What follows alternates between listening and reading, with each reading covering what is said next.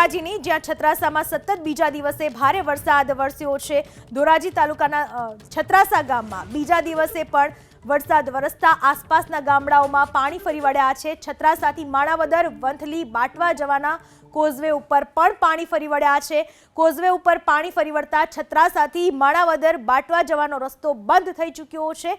વાહન ચાલકો ત્યાંથી પસાર ન થઈ શકે એ પ્રકારની સ્થિતિ ઊભી થઈ છે। 3 દિવસથી અહીંયા અવિરત વરસાદ વરસી રહ્યો છે, જેના પરિણામે આ પરિસ્થિતિ સર્જાઈ ચૂકી છે। ગામમાંથી પસાર થતી નદીઓમાં ઘોડાપૂર આવ્યું છે।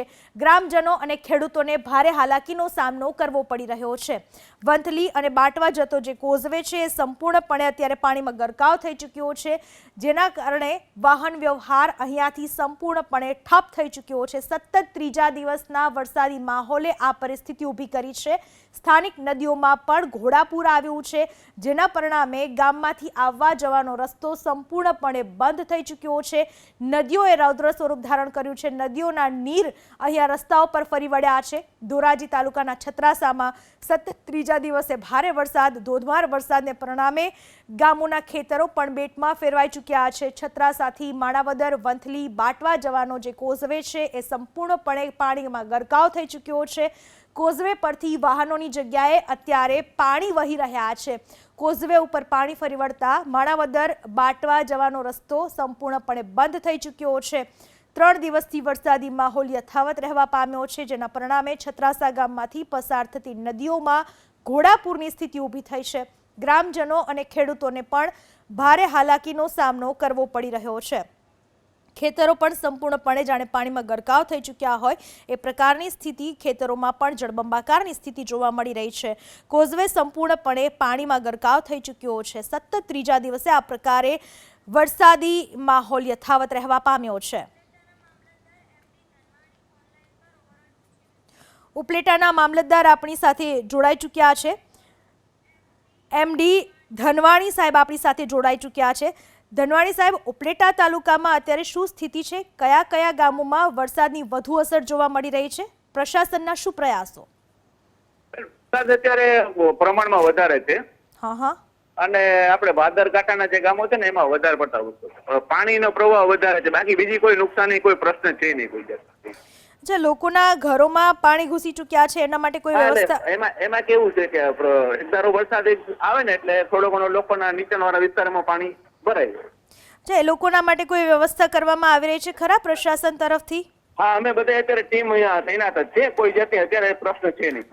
કયા કયા ગામોમાં વધારે સ્થિતિ ખરાબ જોવા મળી રહી છે ઉપલેટા તાલુકામાં? સમઢિયાળા ગામ છે ને, લાઠ ગામ છે ને, પછી ભીમોરા ગામ છે, અને સાથે સાથે કાકરોટાના એ બધે મેલી મજેઠી ગામમાં પાણી બધામાં વરસાદને લીધે આવી છે। નદી નાળાઓની સ્થિતિ શું જોવા મળી રહી છે? ખેતરોની સ્થિતિ શું છે? પાણી ભરાણા છે બધે વધારે વરસાદને લીધે। પ્રશાસન શું પ્રયાસો કરી રહ્યું છે લોકો માટે? બસ અમે લોકો માટે અત્યારે તૈનાત જ છે। અત્યારે કોઈ હાલમાં પ્રશ્ન છે નહીં, વહેતું પાણી છે ને અમે બધે સ્થળ ઉપર ટીમો બધી તૈનાત છે। SDRF ની બધી ટીમો સાથે જ છે, પણ અત્યારે કોઈ જાતનું કોઈ જોખમ ક્યાંય કોઈ પ્રશ્ન એવું દેખાતું નથી। ગામમાં આવવા જવાના રસ્તા ઘણા ગામોના બંધ થઈ ચૂક્યા છે। હા, એમાં નીચાણવાળા જે હોય ને આપણે પુલો, એમાં પાણી ઉપર આવી જાય એટલે થોડોક ટાઈમ માટે જ્યાં સુધી પાણી હોય ત્યાં સુધી થઈ જાય। કયા કયા ગામોના રસ્તા અત્યારે બંધ થઈ ગયા છે? અત્યારે આપણે લાંટ, ભીમોરા અને સમઢિયાળાથી તલંગણા બાજુ જતા, તો કે એ તો અત્યારે હું ત્યાંથી પસાર થયો છું એટલે વાંધો જેવું નથી। કયા ગામેથી આપ પસાર થયા અને ત્યાં અત્યારે સ્થિતિ બરાબર છે? અત્યારે હું સમઢિયાળાથી તલંગણા બાજુ જઉં છું એટલે સ્થિતિમાં પાણી છે, બીજું કઈ છે નહીં। તલગણામાં 10 ઇંચ જેટલો વરસાદ ખાબક્યો ને ત્યાં તો જવાય એવી પરિસ્થિતિ બિલકુલ નથી। ના ના, અમે તો ત્યાં જ છીએ। કયા ગામે? તલંગણા। તલગણા ગામનો ચિતાર હમણાં જ અમે મેળવ્યો। ત્યાં રસ્તા ઉપર ખૂબ જ પાણી ભરાયેલા છે, લોકો સુધી પહોંચી ના શકાય એવી સ્થિતિ ધનવાણી સાહેબ જોવા મળી રહી છે। અમારી SDRF ની ટીમ ને અમે અત્યારે બેન ત્યાં જ છીએ। અત્યારે જો અહીંથી સમઢિયાળાથી નીકળ્યા ને અમે પહોંચવામાં જ છીએ। બરાબર ધનવાણી સાહેબ, આભાર આપનો અમારી સાથે વાત કરવા બદલ। તો જ્યાં જુઓ ત્યાં ચોમેર પાણી જ પાણી જોવા મળી રહ્યું છે, ગોઠણ ડૂબ પાણી જોવા મળી રહ્યું છે, પરંતુ પ્રશાસન પણ સતર્ક થઈ ચૂક્યું છે। પ્રશાસન પૂરતી વ્યવસ્થા કરવામાં લાગેલું છે। હાલમાં છત્રાસાના સ્થાનિક શિવરાજસિંહ આપણી સાથે જોડાઈ ચૂક્યા છે। શિવરાજસિંહ, છત્રાસા ગામની પરિસ્થિતિ શું છે વરસાદને લઈને? અત્યારે સવારથી ચાલુ જ છે મેડમ વરસાદ। 10 થી 12 ઇંચ વરસાદ પડ્યો છે અને અત્યારે ગામની આ જે વંથલી તરફ જુનાગઢ તરફ જવાનો રસ્તો સદંતર બંધ છે અને અત્યારે ખેતર વિસ્તારની પરિસ્થિતિ તો બહુ ખરાબ છે. વરસાદ અત્યારે ચાલુ જ છે કે વરસાદે વિરામ લઈ લીધો છે? સવારનો ચાલુ જ છે મેડમ. અત્યારે બહુ પરિસ્થિતિ ખરાબ છે અમારે છત્રાસાની. વાડી વિસ્તારમાં એમપી મહારાષ્ટ્રથી મજૂર આવેલા હોય એ પણ વાડી વિસ્તારમાં ફસાયેલા છે. જો આ વરસાદ નહીં રહે તો એમની મદદે પણ જવું પડશે. બરાબર. ખેતરોમાં પાણી ભરાઈ ચૂક્યા છે કે કેમ? હાજી બધા ખેતરો અત્યારે પાણી તરબોળ છે અને કપાસ મગફળીનું વાવેતર પણ અમારું ફેલ થયેલું છે બેન. છત્રાસાથી બહાર નીકળવાના તમામ રસ્તાઓ ક્લિયર છે કે રસ્તાઓ પર પણ પાણી ફરી વળ્યા છે? આ જુનાગઢ માણાવદર વંથલી તરફનો રસ્તો બિલકુલ બંધ છે. આ એક ધોરાજી તરફ જવાનો રસ્તો ચાલુ છે.